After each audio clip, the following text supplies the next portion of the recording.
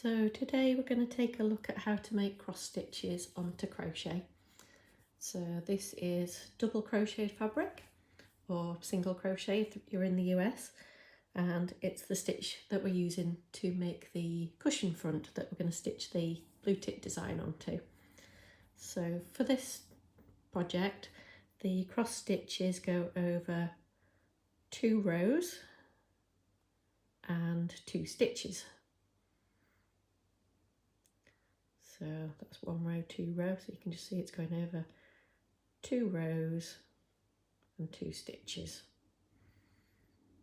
So that just makes it a little bit more even, because if we were going over 1 stitch, the corners of those 4 little holes are not actually parallel. So you'd end up with a slightly wonky cross, and also the yarn would be too thick for the area that we're covering. So we'd end up in a bit of a mess, I think. So for this design, working over 2 stitches, you get nice neat corners, so that works well.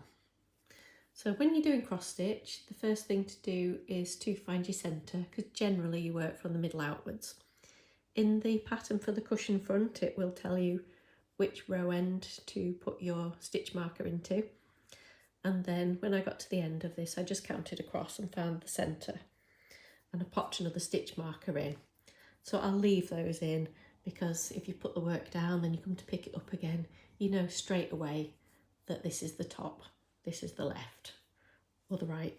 If you're right-handed, maybe it ends up on the other end. I'm left-handed, so I'm going to be sewing left-handed as well. So I'm not going to apologise for that, because I am left-handed and that's how it is.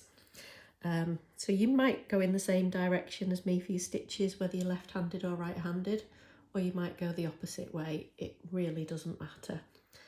What I would say is try and make the top of your stitch go in the same direction every time. So to make a cross stitch, you'll do a half cross stitch on the diagonal, and then you'll make the second half to complete the stitch.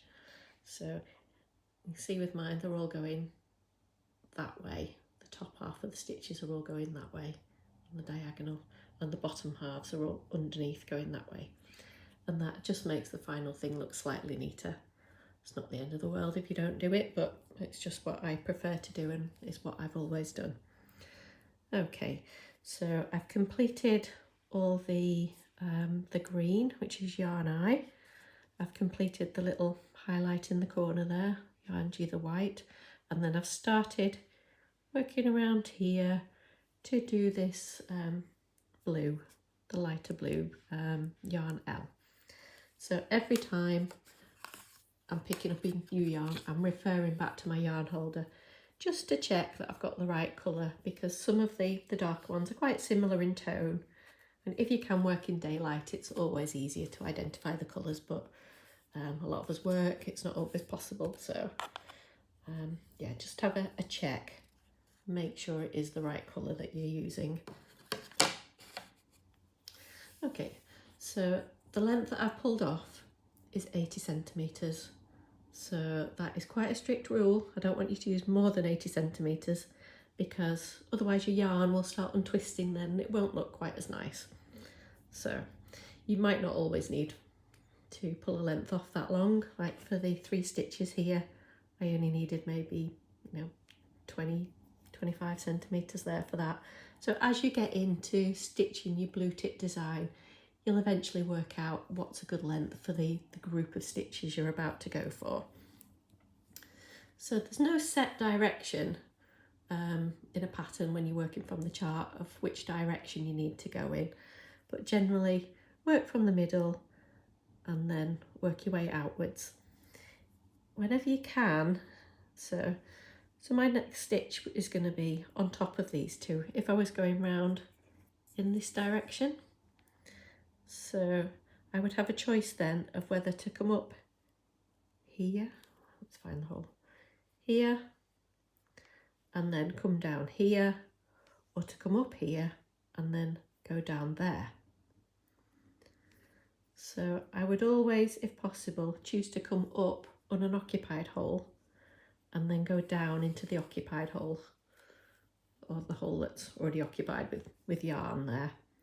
because if I came up that hole, there is a possibility that I could push some of the yarn up a little bit and make things look a bit untidy.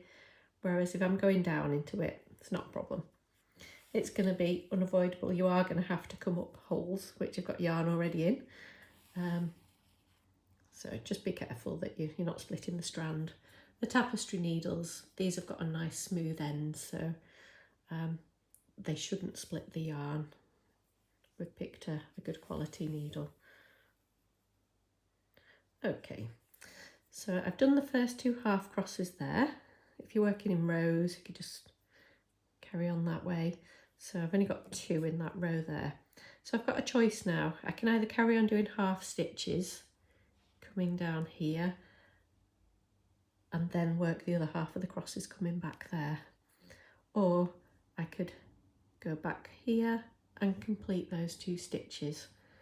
So in this case, I think I am going to complete those 2 stitches and then start going down. So I'm just holding that yarn out the way there at the back. So I've come up through the unoccupied hole, down through the one with yarn already in it. For the next stitch, I've got no choice to come up through a hole with yarn already in, so I'm just being careful that I'm not splitting that yarn that's there. And then down through that one.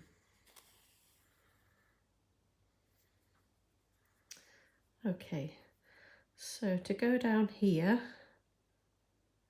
if I'm making my stitches that way, I've got a bit of a dilemma here. So do I come up those, come through the occupied holes, and then I probably should have started at the bottom there and worked my way up. But I've started now, so I'll stick with it. I'm going to go, I could start here actually. Just make sure that I'm not travelling too far over the back with my yarn. That is probably about the maximum amount that you want to go across at the back, because otherwise you're going to end up with tangles of stitching. If it's further than that you want to go, yeah, I would cut the yarn, knot it off and then start with a new piece. So to do an individual stitch, I would finish that off by going like that. So the whole way through we're making decisions about which directions to go in to use the yarn most efficiently and to avoid coming up the holes which have already got stitches in where we can. Okay, so I've got 3 there.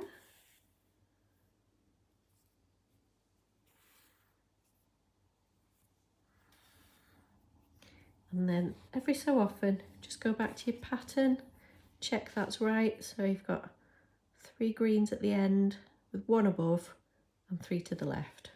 So 3 greens at the end, 1 above, 3 to the left. So we're on track.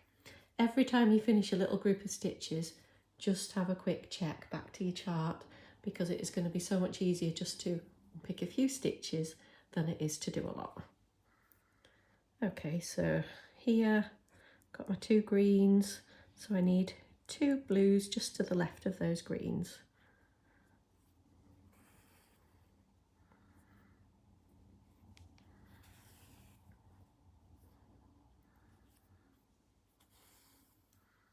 So every now and again, it's a good idea just to let your yarn hang loose. Can you see that just wants to untwist a little bit there? So it's a bit happier when I do the next stitch.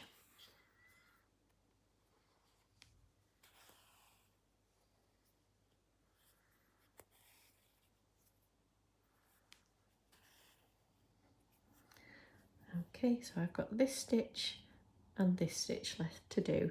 So this one is diagonally down from this one, so it's under that row of 5 stitches. 1, 2, 3, 4, 5.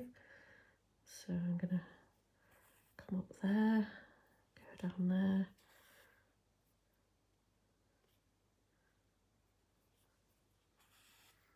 come up there and go down there. I've ended up with quite a nice amount left. That's not always going to happen.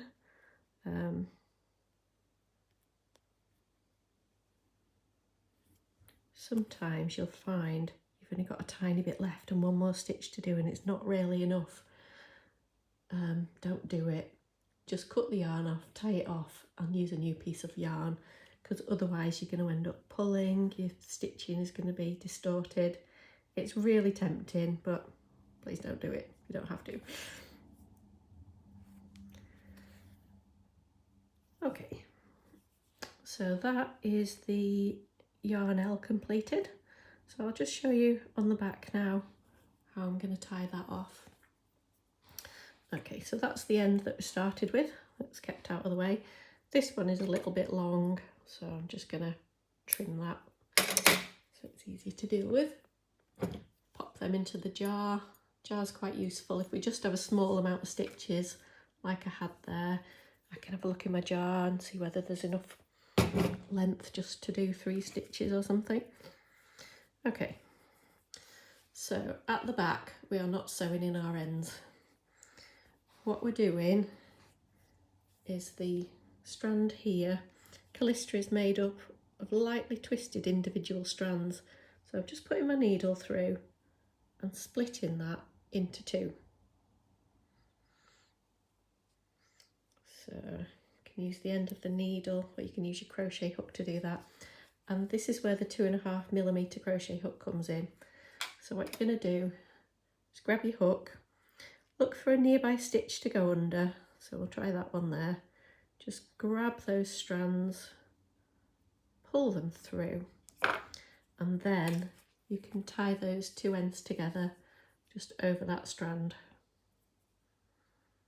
It's a little bit fiddly, but it's a lot easier than sewing in our ends. Oh, made a hash of that. Let's try again. 1, 2 to double knot it. And the Callistra's made of cotton, so I can pull it quite tight, but not so tight that it pulls the stitches on the front. And then I can trim that pretty short now, because that knot is not going to come undone. And then those ends are not going to get in the way. So then I've got the tail that we started with as well.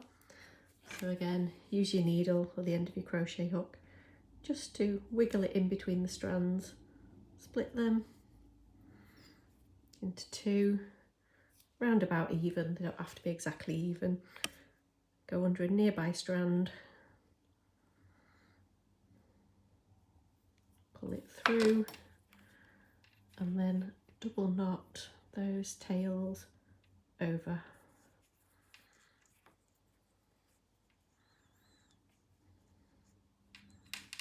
Give it a little tug and then a trim. So it doesn't look amazing on the back. I've got a bit of a mess there, but it's absolutely fine. They're not going to come undone. They might feel a bit lumpy from the back, but from the front, guarantee you can't feel a thing. You can't see them. So life is definitely too short for sewing those ends in when we've got so many of them. So that's a quick solution that the Callistra is perfect for. So now to finish this design, I would just go around the edge with yarn K, which is this one. Again, pulling out 80 centimetres. If you cut your yarn, as I say, on 45 degrees and put that through, then that's fine.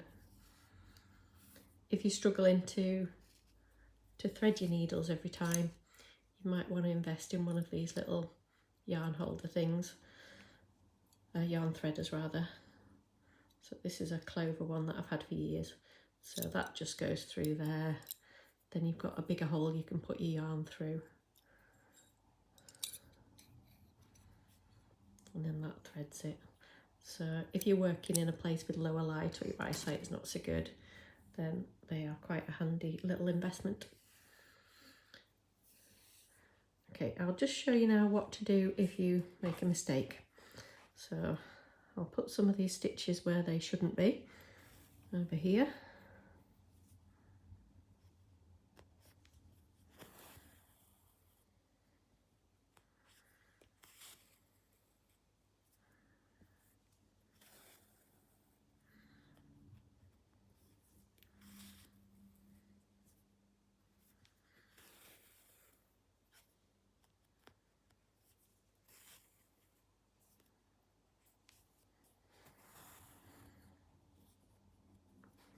Did you see how that yarn looped up there? When it does that, that's just when it's time to let it hang, let the needle hang again. So I shall come back up here, then pretend that I've realised I've just made a mistake.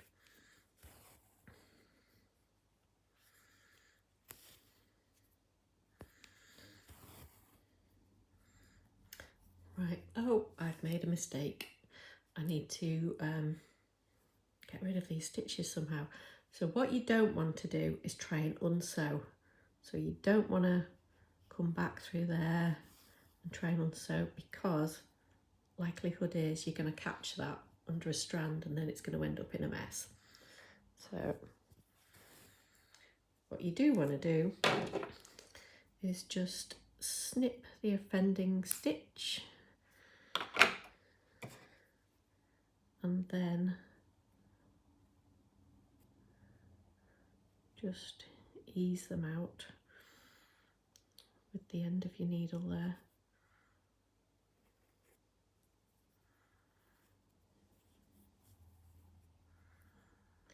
So you might find at some point that you've got some salvageable stitches. So all you need to do is look at the back and see whether it's worth keeping any of them, and then you would just knot those tails at the back and keep those bits that you wanted to keep. For that amount of stitches it wouldn't be worth it. I would just pull them all out. And then if that yarn that I pulled out was in decent condition, I would use it again. If it's a bit raggedy, I wouldn't. So anyway, it goes in the jar for making that decision later.